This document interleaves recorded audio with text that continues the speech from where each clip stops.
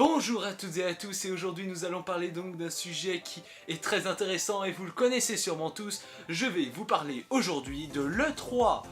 Qu'est-ce que l'E3 ? Tout simplement, l'E3 c'est le plus grand salon de jeux vidéo où tous les ans, tous les nouveaux jeux vidéo qui vont sortir à la fin de l'année et au début de l'année d'après sont dévoilés. C'est d'ailleurs dans ce genre de salon où par exemple les plus grands jeux vidéo d'Ubisoft, de Treyarch, EA, Rockstar, et bien d'autres encore y sont dévoilés. On peut aussi découvrir certaines nouvelles technologies, comme par exemple l'année d'avant il y avait certaines activités à l'E3 par rapport au VR. Il y a les salons qui en ce moment ont fait un petit buzz qui amusait bien pas mal de youtubeurs, c'est-à-dire les endroits où on va jamais, qui sont jamais présentés à l'E3, puisque tout le temps, à chaque fois, on présente par exemple le dernier jeu qui est sorti, les dernières nouveautés, les tout nouveaux gameplays, les jeux révolutionnaires, les choses comme ça. Et puis de temps en temps, on voit apparaître donc ces fameux passages où c'était une mode l'année dernière en tout cas, c'était de temps en temps un peu le délire, où tout simplement ils montraient les endroits qui étaient tout simplement un petit peu inutiles de l'E3. Maintenant, comment fonctionne l'E3 ? L'E3 c'est tout simplement une façon toute bête où par exemple imaginez que Microsoft veuille présenter son nouveau jeu Forza Horizon. Donc je vous donne un exemple de l'année dernière. En gros, tout simplement, vous allez avoir une scène avec un écran géant ou plusieurs écrans géants exprès pour la spécialité, c'est-à-dire le développeur, ou alors pour le jeu vidéo en lui-même, la même ambiance. Donc en gardant la même idée donc, de Forza Horizon avec Microsoft, ils avaient un plateau donc, avec le logo Xbox, car c'était aussi en même temps qu'ils présentaient leur nouveau projet pour la console Xbox One ou ce genre de choses. Pareil pour PlayStation, ils avaient un plateau assez spécial, rien que prévu que pour eux. Ou tout simplement ils vont faire défiler les bandes annonces, les gameplays qui sont joués en direct, et bien sûr bien d'autres activités en même temps qui sont bien sûr par rapport aux nouveautés de la marque ou alors du jeu vidéo.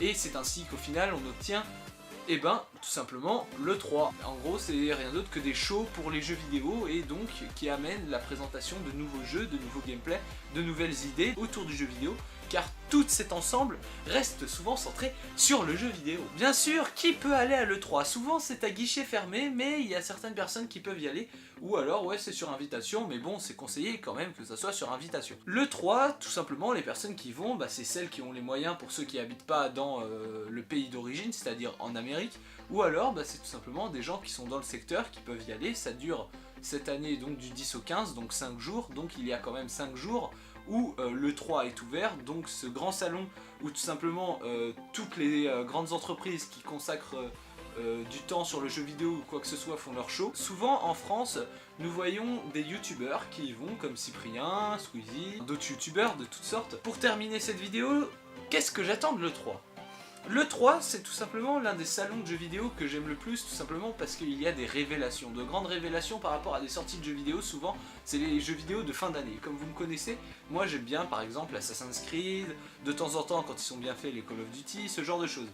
Et c'est ainsi que cette année, moi ce que j'attends beaucoup donc c'est l'arrivée d'un Assassin's Creed qu'on appelle Assassin's Creed Origins. Souvent on en entend parler sur les réseaux sociaux et YouTube, ou aussi d'autres jeux qui sont intéressants que je vais suivre, peut-être pas acheter, ça j'en sais rien encore, comme Far Cry 5 et The Crew 2. Et donc je vous ai cité que des jeux d'Ubisoft, mais bien sûr ce qui risque d'être intéressant, ce que j'attends aussi de l'E3, c'est le prochain Call of Duty, car il a beaucoup de travail à faire pour remonter une pente bien ardue qui a été détruite par les fans de la communauté. Sinon je n'ai pas trop de détails en plus à vous donner, merci d'avoir suivi la vidéo, je vous invite à vous abonner ou quoi que ce soit. Cette vidéo a été totalement faite dans la plus grande improvisation totale, elle est relativement courte, mais elle m'a plu, je tenais à vous la faire parce que l'E3 arrive et je voulais vous donner une petite présentation, et peut-être que je ferai des vidéos plus approfondies sur les trailers, sur les bandes annonces qui vont sortir, voire peut-être même certains teasers qui seront sortis donc après l'E3. C'est donc ainsi que je vous donne rendez-vous à la prochaine vidéo YouTube où nous parlerons sûrement de l'une de ces vidéos qui seront sorties ou qui vont sortir prochainement. C'est ainsi que c'est terminé et à la prochaine!